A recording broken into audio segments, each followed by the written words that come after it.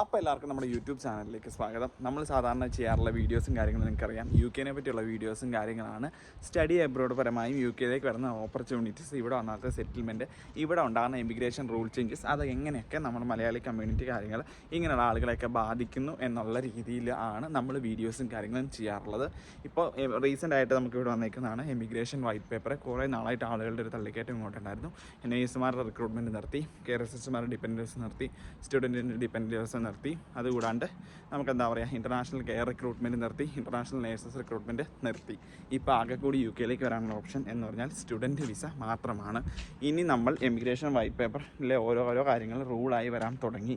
അപ്പോൾ ആ റൂളുകൾ എങ്ങനെ ബാധിക്കാം ഇനിയുള്ള സ്റ്റുഡൻറ്റ് വിസ നോക്കുന്ന ആൾക്കാരെ, അല്ലെങ്കിൽ ഇനി ആരൊക്കെയാണ് സ്റ്റുഡൻറ്റ് വിസ നോക്കേണ്ടത്, ആരൊക്കെയാണ് സ്റ്റുഡൻറ്റ് വിസ നോക്കേണ്ടാത്തത് എന്നുള്ളതിനെ പറ്റിയാണ് നമ്മൾ ഈ വീഡിയോയ്ക്കകത്ത് പറയാൻ പോകുന്നത്. അപ്പോൾ വീഡിയോ ഇൻഫോർമേറ്റീവായിട്ട് തോന്നുകയാണെന്നുണ്ടെങ്കിലും, ചാനൽ ഇൻഫോർമേറ്റീവായിട്ടാണെന്നുണ്ടെങ്കിലും, നിങ്ങളുടെ ആരെങ്കിലും കൂട്ടുകാർ UK ഒരു സ്റ്റുഡൻറ്റ് വിസ പ്ലാൻ ചെയ്യുന്നു എന്നുണ്ടെങ്കിലും നിങ്ങൾ ഉറപ്പായിട്ട് അവർക്ക് ഈ വീഡിയോ ഒന്ന് അയച്ചു കൊടുക്കുക. അതുപോലെ തന്നെ നല്ലൊരു ഏജൻറ്റ് ത്രൂ നിങ്ങൾക്ക് സ്റ്റുഡൻറ്റ് വിസ നമ്മളുടെ ഇൻഫോർമേഷൻസ് കേട്ടിട്ട് നിങ്ങളെ നമുക്ക് പ്രോപ്പറായിട്ട് ഗൈഡ് ചെയ്യാൻ പറ്റുമെന്നൊരു വിശ്വാസം നിങ്ങൾക്കുണ്ടെങ്കിൽ നിങ്ങളുടെ കൂട്ടുകാർക്കോ അല്ലെങ്കിൽ നിങ്ങൾക്കോ നമ്മുടെ അഡ്മിഷൻ ആവശ്യങ്ങൾക്ക് വേണ്ടി കോൺടാക്ട് ചെയ്യാൻ പറ്റും. ഇപ്പോൾ ഓസ്ട്രേലിയ ആണെങ്കിലും, ന്യൂസിലാൻഡ് ആണെങ്കിലും, അയർലൻഡ് ആണെങ്കിലും, ജർമ്മനി ആണെങ്കിലും, UK ആണെങ്കിലും, കാനഡ ആണെങ്കിലും, ഏതൊരു കൺട്രി ആണെങ്കിലും പ്രോപ്പറായിട്ട് നിങ്ങൾക്ക് പറ്റുന്നൊരു കോഴ്സും കാര്യങ്ങളും സ്ട്രക്ചറും കരിയർ പ്ലാനും നമ്മൾ നിങ്ങൾക്ക് വേണ്ടി ചെയ്തു തരും. അല്ലാണ്ട് വെറുതെ ഏതെങ്കിലും ഒരു യൂണിവേഴ്സിറ്റിയിലേക്ക് നിങ്ങളെ വിടുക എന്നുള്ളത് മാത്രമല്ല നമ്മളുടെ ഉദ്ദേശം. അപ്പോൾ അത് നിങ്ങൾ ഉറപ്പായിട്ടും നോക്കുക. നമ്മളുടെ ഇൻഫർമേഷൻസ് നിങ്ങൾക്ക് യൂസ്ഫുള്ളായി തോന്നുന്നുണ്ടെങ്കിൽ മാത്രവും, നമ്മളത് കേപ്പബിൾ ആണെന്ന് തോന്നുമ്പോൾ മാത്രം നിങ്ങൾക്ക് നമ്മളെ കണക്ട് ചെയ്യാം.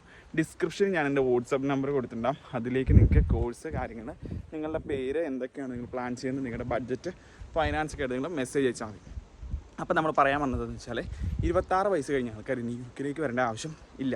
അല്ലെങ്കിൽ നിങ്ങൾ വരുമ്പോൾ 26 വയസ്സ് കഴിഞ്ഞ ആൾക്കാർ വരികയാണെന്നുണ്ടെങ്കിൽ ഇത് പ്രശ്നം എന്ന് വെച്ചാൽ ന്യൂ എൻട്രൻറ്റ് റൂട്ട്, അതല്ലെങ്കിൽ എന്താ പറയുക ഗ്രാജുവേറ്റ് റൂട്ട് കാര്യങ്ങൾ, ഇതിലൊക്കെ നിങ്ങൾക്ക് കിട്ടുന്ന കൺസെഷൻ പോലും ഇപ്പോൾ എന്താ പറയുക 30,000 പൗണ്ട്, 30,900 പൗണ്ടിൽ നിന്ന് 32,000 സംതിങ് പൗണ്ടിലേക്ക് എത്തി. ആ ഒരു സാലറിയൊക്കെ മാക്സിമം ഇവിടെ വരുന്ന ഒരാൾക്ക് അറ്റൻഡ് ചെയ്യാൻ പറ്റുന്ന സാലറികൾ, അങ്ങനെ സ്പോൺസർഷിപ്പ് കിട്ടും. അപ്പോൾ നിങ്ങൾക്ക് 26 വയസ്സ് വേണ്ടതാണെങ്കിൽ ആ പറഞ്ഞ ക്ലെയിമുകളൊന്നും നിങ്ങൾക്ക് യൂസ് ചെയ്യാൻ പറ്റത്തില്ല.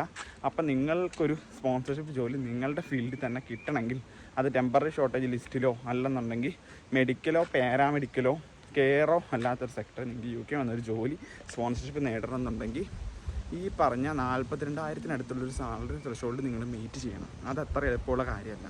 അപ്പോൾ നിങ്ങൾ നാട്ടിൽ നിന്ന് നല്ല MNC എക്സ്പീരിയൻസോ കാര്യങ്ങളോ, ഏതെങ്കിലും രാജ്യത്തെ MNC എക്സ്പീരിയൻസോ കാര്യങ്ങളോ ഒക്കെ ഉള്ള ആൾക്കാരല്ല എന്നുണ്ടെങ്കിൽ നിങ്ങൾക്കത് വളരെ ശ്രമകരമായൊരു കാര്യമായിരിക്കും. അതത്ര നടക്കുന്ന ഒരു പോസിബിൾ കാര്യമായിരിക്കത്തില്ല. 50 ലക്ഷം രൂപയ്ക്ക് ഒരു സ്പോൺസർഷിപ്പ് കിട്ടി വിസ കിട്ടുക എന്ന് പറഞ്ഞു കഴിഞ്ഞാൽ അത്രമേ ഹൈലി സ്കിൽഡ് ആയിട്ടുള്ള ആൾക്കാർക്ക് മാത്രമേ അത് കിട്ടത്തുള്ളൂ. അപ്പം നിങ്ങളത് 26 വയസ്സ് കഴിഞ്ഞ് UK വരുന്ന കാര്യം 3 തവണ തിങ്ക് ചെയ്യുക. നിങ്ങളൊന്നെങ്കിൽ പാരാമെഡിക്കൽ, മെഡിക്കൽ ഫീൽഡാണെങ്കിൽ പ്രശ്നമില്ല, അല്ലാതെ ഏത് ഫീൽഡാണെന്നുണ്ടെങ്കിലും 26 വയസ്സ് കഴിഞ്ഞ് UK വരുന്ന കാര്യം നിങ്ങൾ പ്ലാൻ ചെയ്യേ വേണ്ട. പിന്നെ അതുപോലെ തന്നെ ബാച്ചിലേഴ്സ് കോഴ്സ് എടുത്ത് വരുന്ന സ്റ്റുഡൻസിനോട് എനിക്ക് പറയാനുള്ളത്, നിങ്ങൾ മെഡിക്കൽ ബാച്ചിലേഴ്സ് കോഴ്സുകൾ മാത്രം എടുത്ത് വരാൻ ശ്രദ്ധിക്കുക. അല്ലെങ്കിൽ IT, റിന്യൂവബിൾ എനർജി, എഞ്ചിനീയറിങ് പോലെയുള്ള ഡിപ്പാർട്ട്മെൻറ്റുകളിലേക്കുള്ള കോഴ്സ് എടുക്കുക. ബിസിനസ് കോഴ്സ് ബാച്ചിലേഴ്സ് എടുത്ത് വരുന്നവർക്ക് വ്യക്തമായ പ്ലാൻ ഉണ്ടായിരിക്കണം, അല്ലെങ്കിൽ നിങ്ങൾക്ക് ജോലി കിട്ടത്തില്ല. നിങ്ങൾ മുടക്കുന്നത് 10-60 ലക്ഷം രൂപ വെള്ളത്തിലാണ് എന്നുള്ള കാര്യം നിങ്ങൾ മനസ്സിലാക്കുക. അപ്പോൾ ആ കാര്യം നിങ്ങൾ ശ്രദ്ധിച്ച് മാത്രം മുന്നോട്ട് പോവുക. കെയർ വിസ നിങ്ങൾക്ക് UK എടുക്കാമെന്നുള്ള പ്രതീക്ഷ, ലാസ്റ്റ് പ്രതീക്ഷ അതെല്ലാവർക്കും ഉണ്ട്. 26 വയസ്സ് കഴിഞ്ഞവർക്കും ഉണ്ട്, എല്ലാ പ്രായത്തിലുള്ളവർക്കും ഉണ്ട്. പക്ഷേ എന്നാലും അതിൻ്റെ സാലറിയും കാര്യങ്ങളും കൂട്ടാനുള്ള സാധ്യതകൾ നമുക്ക് തള്ളിക്കളയാൻ പറ്റത്തില്ല. ഇപ്പോൾ കെയർ വിസ എടുക്കണമെന്നുണ്ടെങ്കിൽ നിങ്ങൾക്ക് എന്താ പറയുക ആവറേജ് സാലറിയും കാര്യങ്ങളും കുറച്ചും കൂടെ കൂട്ടാൻ സാധ്യതയുണ്ട്. പക്ഷേ നിങ്ങളൊരു 3 മാസം ഒരു കെയർ ഹോമിൽ ജോലി ചെയ്തിട്ടുണ്ടെങ്കിൽ ആ 3 മാസം പ്ലേസിലൊക്കെ ഉണ്ടെങ്കിൽ ആ കെയർ ഹോമിൽ നിങ്ങളെ സ്പോൺസർഷിപ്പ് ചെയ്യാൻ പറ്റും. പക്ഷേ ഇൻ്റർനാഷണലി കെയർ റിക്രൂട്ട്മെൻറ്റ് നിർത്തി. അപ്പോൾ നമുക്ക് ഒന്നുകൂടെ ഒന്ന് ഓവർവ്യൂ നോക്കാം എന്തൊക്കെയാണ് സംഭവിച്ചിരിക്കുന്നത് ഇത് UK ഇപ്പോഴും വരെ എന്നുള്ളത്. അപ്പോൾ അതായത് സംഭവിച്ചിരിക്കുന്ന കാര്യങ്ങൾ, ഒന്നാമത്തെ കാര്യം സ്റ്റുഡൻറ്റ് വിസയിലെ ഡിപ്പെൻഡൻസ് നിർത്തി. സ്റ്റുഡൻറ്റ് വിസ വേറെ പ്രത്യേകിച്ച് വ്യത്യാസങ്ങളൊന്നും നിലവിൽ ജൂലൈ 23 നമ്മൾ വീഡിയോ ചെയ്യുന്നത്. ഇന്ന് വരെ സ്റ്റുഡൻറ്റ് വിസയ്ക്ക് വന്നേക്കുന്ന മാറ്റങ്ങൾ ഡിപ്പെൻഡൻറ്റ് വിസ നിർത്തി എന്നുള്ള മാത്രമേ ഉള്ളൂ. PSW 2 വർഷമുണ്ട്. BSc നേഴ്സിംഗ് കാര്യങ്ങൾ ഇങ്ങനെയുള്ള കാര്യം കുഴപ്പമൊന്നുമില്ല. 26 വയസ്സ് കഴിഞ്ഞിട്ടുള്ളവർക്ക് ഇനി മുതൽ സാലറി ത്രെഷോൾഡ് 42,000. അപ്പോൾ നിങ്ങൾക്ക് MNC എക്സ്പീരിയൻസ് കാര്യങ്ങൾ ഈ ഒരു പേ സ്കെയിലേക്ക് എത്താൻ പറ്റാത്ത ആൾക്കാർ സ്വന്തം ഫീൽഡിൽ ജോലി നോക്കി ഇങ്ങോട്ട് വരാൻ നിൽക്കേണ്ട. നിങ്ങൾക്ക് കെയർ ഹോമോ കാര്യങ്ങളൊക്കെ ആയിട്ട് അഡ്ജസ്റ്റ് ചെയ്യാൻ പറ്റുമെങ്കിൽ മാത്രം വന്നാൽ മതി. കെയർ ഹോമിലെ ജോലി നിങ്ങൾക്ക് 3 മാസം കെയർ ഹോം ജോലി ഇട്ട് കഴിഞ്ഞാൽ വിസ കിട്ടും. ആ കാര്യത്തിനകത്ത് നിങ്ങൾക്ക് പ്രശ്നവും കാര്യങ്ങളൊന്നും ഇല്ല നല്ലൊരു ചാരുതി. പിന്നെ BSc നേഴ്സിംഗ് വരാൻ കുട്ടികൾക്ക് എപ്പോഴും ഈ രാജ്യം എപ്പോഴും സേഫാണ്. നേഴ്സിംഗ് കഴിഞ്ഞിട്ട് നിങ്ങളുടെ മാസ്റ്റേഴ്സ് എടുത്ത് വരാൻ നിൽക്കുന്ന ആൾക്കാർക്കും ഒരു കുഴപ്പമില്ല. ഇവിടെ ഒന്ന് പിൻ നമ്പർ എഴുതിയെടുത്ത് കഴിഞ്ഞാൽ നിങ്ങൾക്ക് ജോബ് വേക്കൻസികളിൽ കെയർ സെക്ടറിലോ കാര്യങ്ങളോ അതിനെല്ലാം നമ്മൾ 100% അസിസ്റ്റൻസ് ഉണ്ട്. നമ്മുടെ കൺസൾട്ടൻസി ത്രൂ വരുന്ന സ്റ്റുഡൻസിന് നമ്മൾ പാർട്ട് ടൈം അക്കോമഡേഷൻ കാര്യങ്ങൾ നിങ്ങളുടെ കരിയർ പ്ലാനും കാര്യങ്ങളും വർക്കൗട്ട് ചെയ്തിട്ട് നിങ്ങൾക്ക് ഇന്ന സ്ഥലത്ത് വന്ന് ഇന്നപോലെ നിന്ന് നിർക്കി ഇന്ന സ്പോൺസർഷിപ്പിലേക്ക് മാറാം എന്നുള്ള പ്ലാൻ ഞാനുമായി തന്നെ ഡിസ്കസ് ചെയ്തതിന് ശേഷമാണ് നമ്മുടെ സ്റ്റാഫും കാര്യങ്ങളും നിങ്ങൾക്ക് ആപ്ലിക്കേഷനും കാര്യങ്ങളും ഫോർവേഡ് ചെയ്യുന്നത്. അപ്പോൾ അങ്ങനെ നോക്കാൻ താല്പര്യമുള്ള നിങ്ങളുടെ കൂട്ടുകാർ അല്ലെങ്കിൽ നോക്കുന്ന കൂട്ടുകാർക്കോ ഈ വീഡിയോ നിങ്ങൾക്ക് അയച്ചു കൊടുക്കാം. ഇവിടെ വന്നിട്ട് എങ്ങനെ നിങ്ങൾ വന്ന പൈസ ഊരിയെടുക്കാം, ഇവിടെ നിന്ന് പിടിക്കാം എന്നുള്ളതിനെ പറ്റിയുള്ള പ്ലാനുകൾ നിങ്ങൾക്ക് ഡിസ്കസ് ചെയ്യാൻ താല്പര്യമുണ്ടെങ്കിൽ ഞാൻ ഒരിക്കലും പറയില്ല 26 വയസ്സ് കഴിഞ്ഞാൽ ഒരാൾ ഇവിടെ വന്നിട്ട് സ്വന്തം ഫീൽഡ് ജോലി കിട്ടും നിങ്ങൾ പോയോ എന്ന് ഞാൻ പറയില്ല. കാരണം ആ ഒരു സെനാരിയോ കഴിഞ്ഞു. നിങ്ങളൊരു 18 വയസ്സ് നേഴ്സിംഗ് ഒക്കെ എടുത്ത് UK വരികയാണെങ്കിൽ അടിപൊളിയാണ്. അല്ലെങ്കിൽ നേഴ്സിംഗ് കഴിഞ്ഞിട്ട് ഒരു മാസ്റ്റേഴ്സ് ഒക്കെ എടുത്ത് UK വരികയാണെന്നുണ്ടെങ്കിൽ അടിപൊളി ഒരു ഓപ്ഷനാണ്. അപ്പോൾ അതും നിങ്ങൾക്ക് ആണെന്നുണ്ടെങ്കിൽ എപ്പോഴും ചെയ്യാൻ പറ്റുന്നതാണ്. നിങ്ങൾക്ക് ലോണോ കാര്യങ്ങളോ എടുത്ത് ഏത് രീതി വന്നാലും നിങ്ങളെ ബാധിക്കുന്ന ഒരു പ്രശ്നം അല്ല. പിന്നീട് PSWൻ്റെ കാര്യത്തിനകത്ത് ചേഞ്ചസ് വരുത്തണം എന്നൊക്കെയുള്ള കാര്യങ്ങളുണ്ടെങ്കിലും 18 മാസം PSW ആയാലും എനിക്ക് തോന്നുന്നില്ല വലിയൊരു ബുദ്ധിമുട്ടും കാര്യങ്ങളുണ്ടാവുമെന്ന്. നിങ്ങൾക്കാണെന്നുണ്ടെങ്കിൽ UK വന്നിട്ട് ഒരു 2-2.25 വർഷം നിൽക്കാം. നിങ്ങൾ അതിൻ്റെ ഇടയ്ക്ക് നാട്ടിലൊക്കെ പോയി കറങ്ങാനൊക്കെ പോയി കഴിഞ്ഞാൽ സമയം പോകും. ആ ഒരു നാട്ടിൽ പോകുന്ന വെക്കേഷനും കാര്യങ്ങൾ 3 വർഷത്തിൽ ഇടയ്ക്ക് സ്കിപ്പ് ചെയ്ത് കഴിഞ്ഞാൽ ആ ഒരു 3 മാസം കൂടെ നിങ്ങൾക്ക് കിട്ടും. അപ്പോൾ കറക്റ്റായിട്ട് നിങ്ങൾക്ക് എന്താ പറയുക ആവറേജ് ഒരു 21-22 മാസം നിങ്ങൾക്ക് ഈ രാജ്യത്ത് നിൽക്കുമ്പോൾ ഇവിടെ പിടിച്ച് നിൽക്കാനുള്ള സംവിധാനങ്ങൾ നിങ്ങളെക്കൊണ്ട് പറ്റേണ്ടതാണ്. ആളുകൾക്ക് പറ്റുന്നുണ്ട്. അപ്പോൾ അതുകൊണ്ട് 18 മുതൽ 26 വയസ്സ് വരെയുള്ള ആൾക്കാരെ മാത്രം ഇനി UK ചൂസ് ചെയ്യുക ഒരു സ്റ്റഡി അബ്രോഡ് ഡെസ്റ്റിനേഷനായിട്ട്. അല്ലെങ്കിൽ നിങ്ങൾക്ക് MNC എക്സ്പീരിയൻസും കാര്യങ്ങളൊക്കെ ഉണ്ട്.